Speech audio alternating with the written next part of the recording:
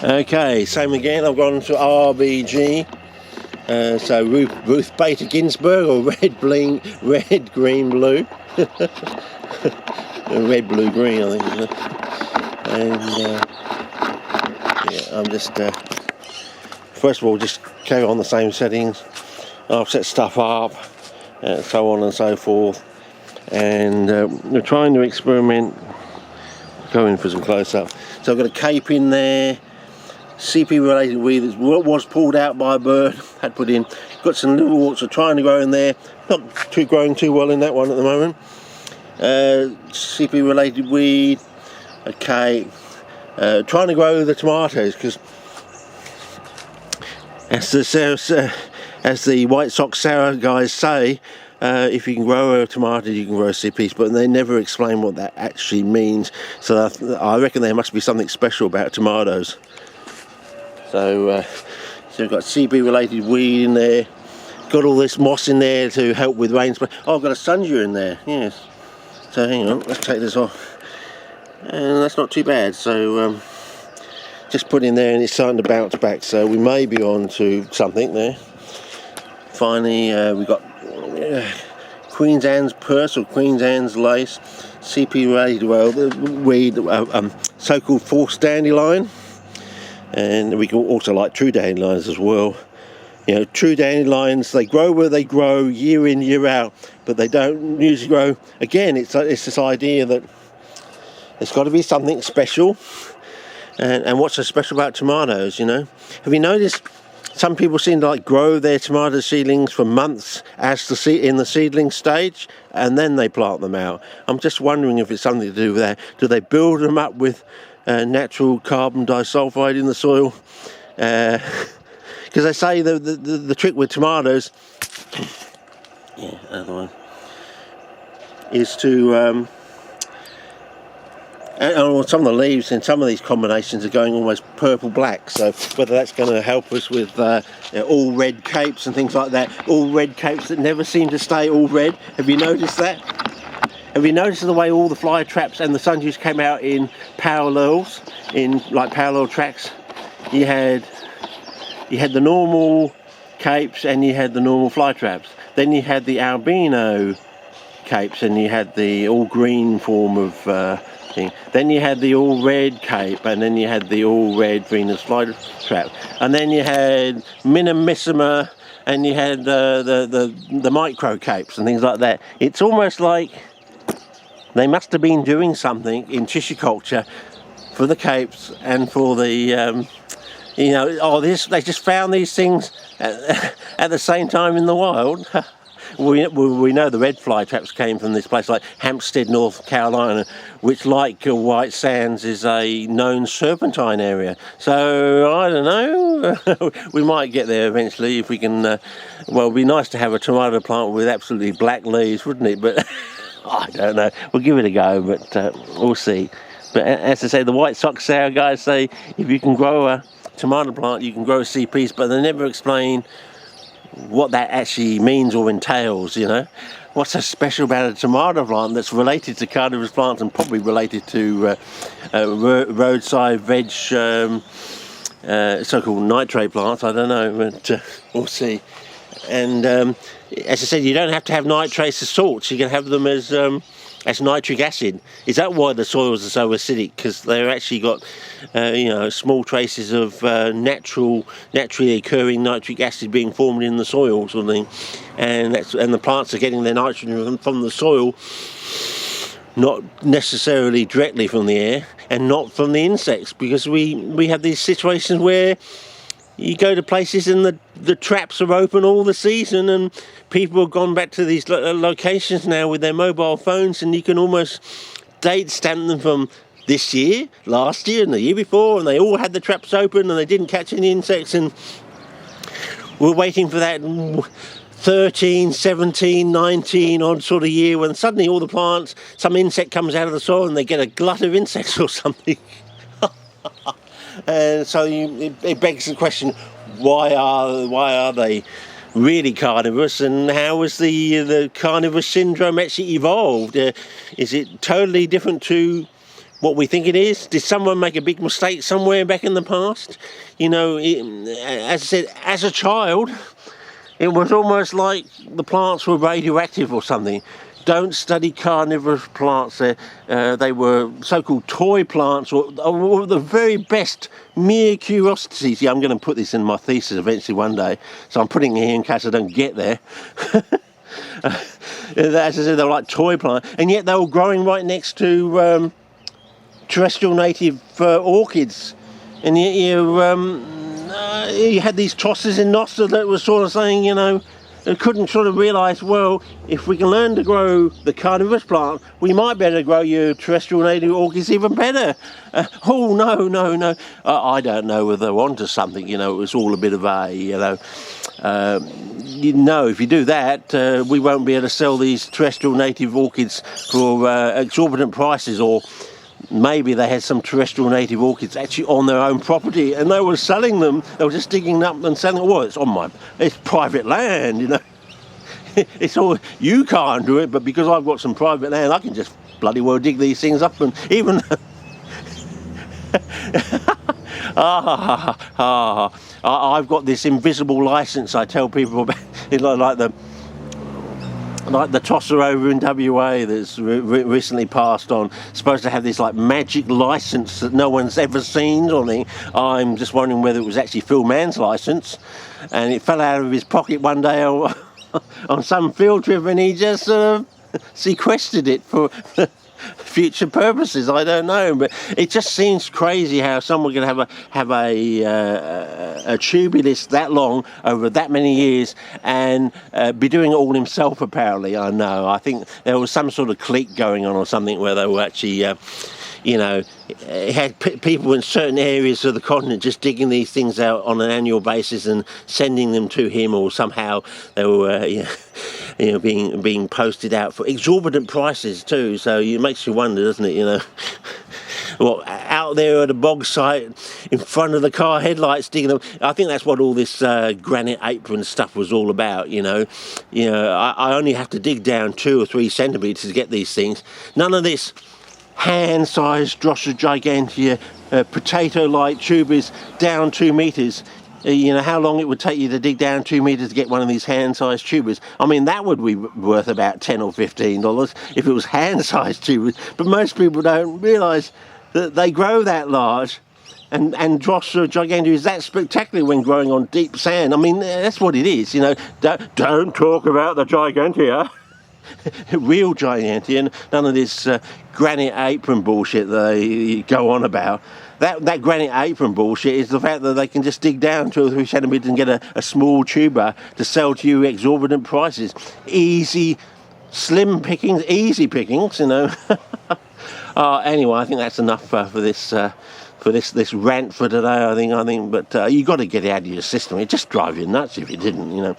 Some of these scam artists over the years, you know, telling you porkies, they're telling you one thing when they're doing something completely different. I think the whole world seems to be working that way. I think that's why everyone seems to be rooting for Putin, because I think he's going to open up a great big can of worms, and we're just going to enjoy the rats running from the sinking ship sort of thing. I think we're going to enjoy these people as they're running being shot down or something, you know, in a verbal sense sort of thing.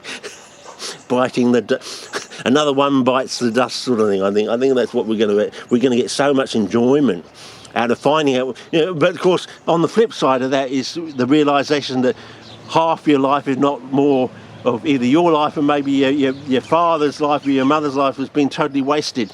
A bit like that story about the people over in Ireland. The whole island of Ireland, or Ayr, was in total servitude last century to the Dalek Church, and they still today don't fully realise that that's what was going on, and they're very likely going to go back that way because they just what did Samuel Clemens or Mark Twain say? It's easier to con someone than to show them that they've been conned or something, or words to that effect sort of thing. You know, these people are so brainwashed and deluded now, you can't even show them the evidence to show that they've been conned or, you know, lied to for so many years, and in such a way this got such a hold on their brains that they can't they're almost going to slide back into there automatically, sort of thing, unless they see something really dramatic, like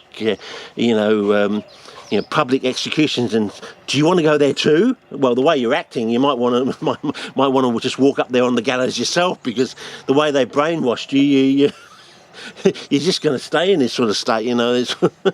There's no helping you. There's no saving you. You just sort of you're basically wasted space now.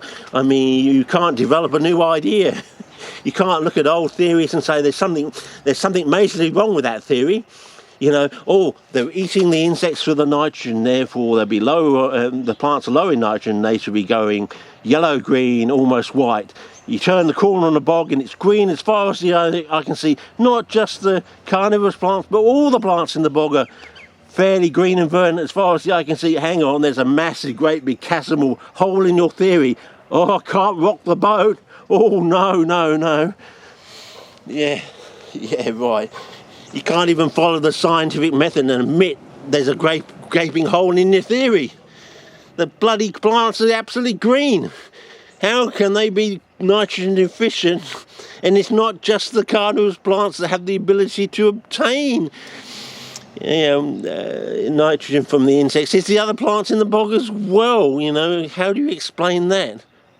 You can't. I think you're going to have to. I think you need a new theory, okay?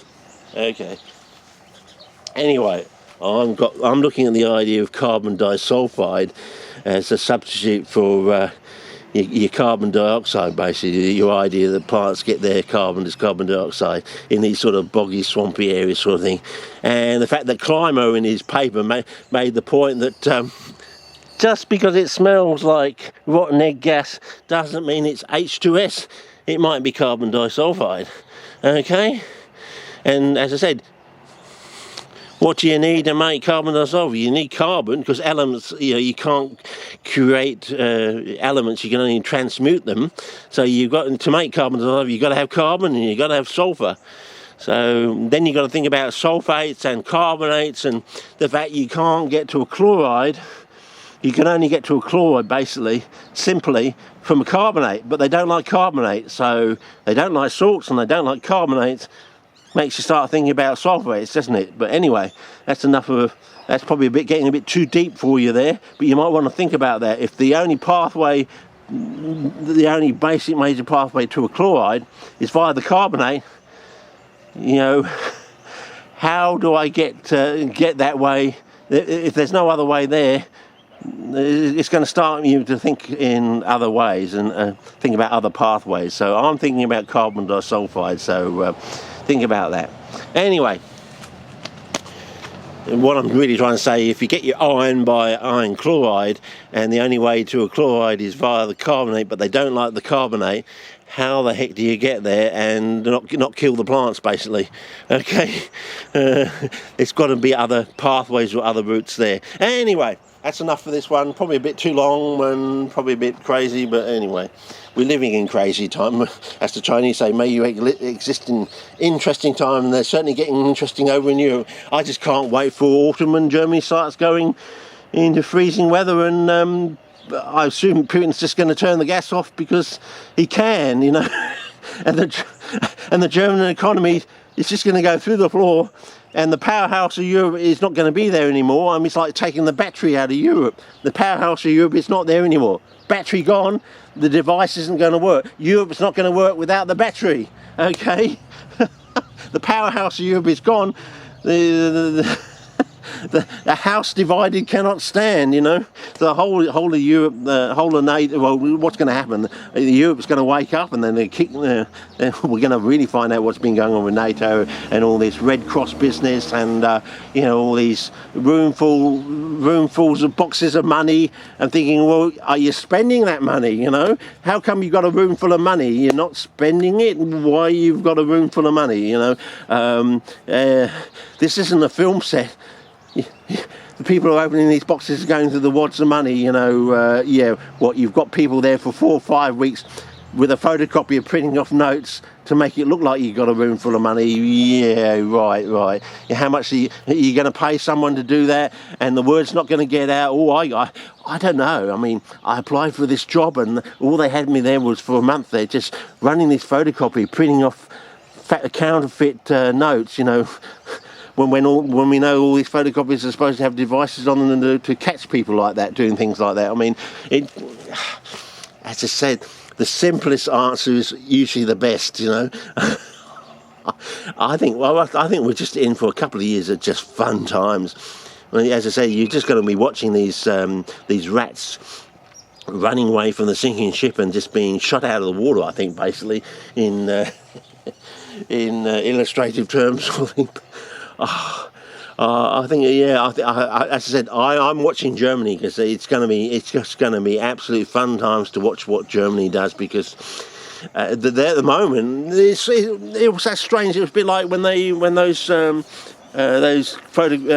journalists, those cartoon journalists over in France, got shut up a few years back, and Germany, I think, we're with whatever the phrase was. Almost immediately overnight, people had pens and stuff like. It's almost like in the Middle East, where they have all these signs and posters. Within 24 hours, they got these giant posters printed off on some giant machine or something, silk screen somehow or something. It's crazy. Like, as I said, if you can control the narrative, you can control the minds of the sheeple, sort of thing. And so it's more important to, you know, in these parts of the world, you can have a giant poster just be created overnight, sort of thing. I couldn't do that in a week in here, you know. I wouldn't be able to find a place that has a machine big enough to do that. I mean, it's just sort of crazy. I'm thinking, well, you've got a third world country that can print off posters, you know, the size of a bloody house in under 24 hours. I couldn't even find a place in this country to do that. I mean, hello, wakey, hand off snakey. It's something majorly askew, a whiff. It just doesn't make sense. As I said, I think we're in for some very, very interesting times, and we're just going to sit back and watch it on our TV screens and as it unfurls. And as I said, I think it's going to be like the Roman bread and circuses. We're just going to be sitting in the auditorium just laughing our cotton socks off in a way, and on the other side we're also going to be sort of very melancholy and sad because we realise we've been conned, and we haven't had a life. We could have had a much better life. These people have stolen that from us, and well, they're going to pay the ultimate price. It's direct post to Jesus, I think. no coming back. I think that's what it's up against the wall, motherfucker. I think that's what it's going to be. But anyway, nice having a good rant, and I hope it all goes well on your side of the GFC wall. But this time, remember, if we have any nonsense from Wall Street, they get it this time. You get the money. They get to either live in their cars or in the trailer park, or it's up against the wall for them this time. They've had their one chance. This time, it's curtains for them, okay? Over and out. See ya.